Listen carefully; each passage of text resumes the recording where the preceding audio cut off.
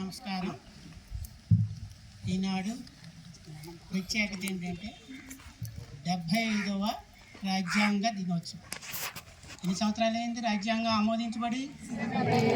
ఈ వేళకి 75 సంవత్సరాలు అయింది. రజతోత్సవం అంటారు, తెలుసా? 75ని ఏమంటారు? రజతోత్సవం అంటారు. ఈ సందర్భంగా అందరికీ శుభాకాంక్షలు.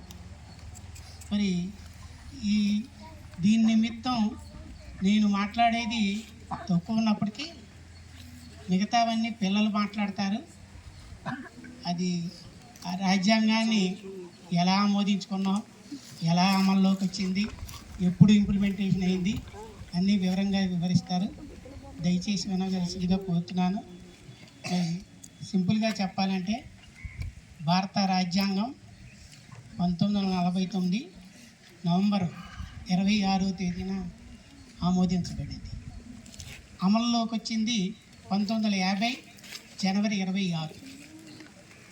అదేవిధంగా ఆనాడు షెడ్యూల్స్ ఎన్ని ఉండేవి అంటే 448 షెడ్యూల్ ఉన్నాయి. ఇప్పుడు ప్రస్తుతం 448 ఆర్టికల్స్ ఉన్నాయి. అదేవిధంగా 12 షెడ్యూల్స్ ఉన్నాయి. అదేవిధంగా 5 అనుబంధాలు ఉన్నాయి. మరి అదే మాదిరిగా చూసుకున్నట్టయితే దాని లెక్కన మరి ఈ విధంగా రాజ్యాంగం అన్ని మతాలకి, అన్ని కులాలకి, అన్ని జాతులకి ఎటువంటి ప్రాధాన్యత ఇవ్వడం అన్నది వివరించబడింది.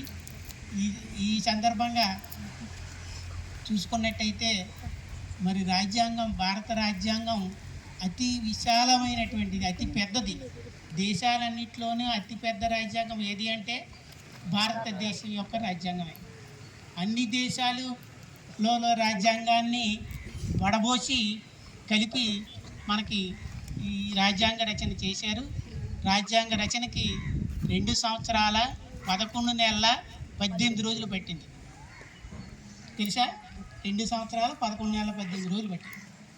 ఆనాడు ఆ రాజ్యాంగ సమయంలో మనకి పార్లమెంటు సభ్యులు 389.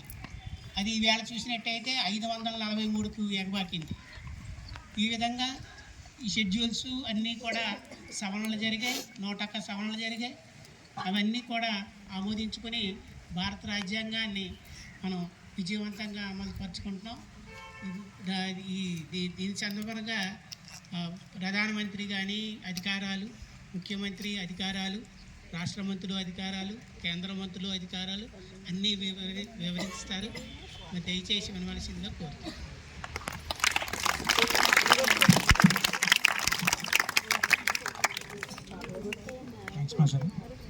ఇప్పుడు మాలతి మేడం గారు, సాంఘిక ఉపాధ్యాయుని అయినటువంటి మాలతి మేడం గారిని సభను ఉద్దేశించి మాట్లాడారు.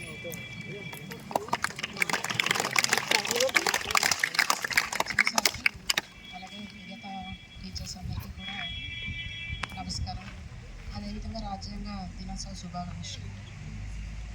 అన్ని దేశాల్లో, దాదాపుగా ప్రపంచ దేశాల్లో ఈరోజు ప్రజాస్వామ్య దేశాలు అయిన తర్వాత రాజ్యాంగ దినోత్సవం అంటే రాజ్యాంగం అనేది ప్రతి దేశంలో ఉంటుంది. అయితే మన భారత రాజ్యాంగం వచ్చేటప్పటికి చాలా గొప్పదని చెప్పవచ్చు. ఎందుకు అంటే ఏ దేశంలో కూడా లేనన్ని భాషలు కానీ, మతాలు కానీ, కులాలు కానీ, అలాగే సంస్కృతులు కానీ ఎక్కడా లేవు. అలాంటిది ప్రజలందరికీ కూడా ఆమోదయోగ్యమైన రాజ్యాంగం తయారు చేయడం అనేది అది చాలా గొప్ప విషయం. అలాంటి రాజ్యాంగాన్ని డాక్టర్ బిఆర్ అంబేద్కర్ గారు రాయడం జరిగింది. అందుకే రాజ్యాంగ పిత అని ఆయన్ని మనం పిలుస్తూ ఉంటాం. అలాగే రాజ్యాంగం అమల్లోకి వచ్చింది కాబట్టి ఈరోజు మనం రాజ్యాంగ దినోత్సవంగా జరుపుకుంటాం. మనకి ఎన్నో హక్కులు, అంటే రాజ్యాంగం అనేది ఎందుకు అంటే ఏదైనా ఒక పరిపాలన జరగాలి, సక్రమంగా ఉండాలి అంటే తప్పనిసరిగా రాజ్యాంగం అనేది అవసరం అవుతుంది. ఒక సామాన్య పౌరుడి దగ్గర నుంచి ఒక ఉన్నత అధికారి, అది రాజకీయ నాయకుడు కావచ్చు లేదా ఒక ఐఏఎస్ ఐపీఎస్ ఆఫీసర్ వరకు కూడా అధికారాలు అనేవి రాజ్యాంగంలో రాయబడింది. దాని ప్రకారం ప్రతి వాళ్ళు కూడా దాన్ని ఫాలో అవ్వాల్సి వస్తుంది. అయితే ఇవన్నీ కూడా సుప్రీంకోర్టు నియంత్రణలో ఉంటాయి. ఎందుకు అసలు రాజ్యాంగం అంటే ఒక పద్ధతి ప్రకారం నడవాలి. అలాగే అధికారాన్ని దుర్వినియోగం జరగకుండా ఉండాలి అంటే మాత్రం తప్పనిసరిగా దాన్ని నియంత్రించే బాధ్యత మన భారత అత్యున్నత న్యాయస్థానమైన సుప్రీంకోర్టుకి ఇవ్వడం జరిగింది.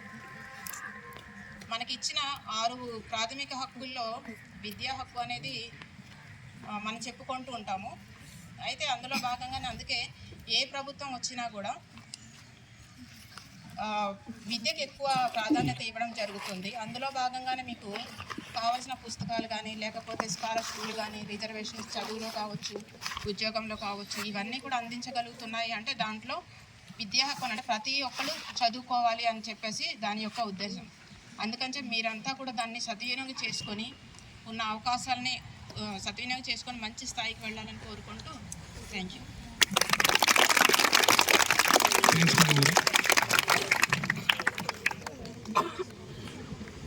సార్ ప్రోగ్రామ్ని పిల్లలకి హ్యాండ్ ఓవర్ చేస్తామండి. పిల్లలందరూ కూడా ప్రోగ్రామ్ మీ చేతుల మీదుగా నడుస్తుంది కాబట్టి మీరే చెప్తారు కాబట్టి మీరు జాగ్రత్తగా వినాలి. లాస్ట్లో బాగా విన్నటువంటి వాళ్ళకి విని ప్రశ్నలు అడుగుతారు.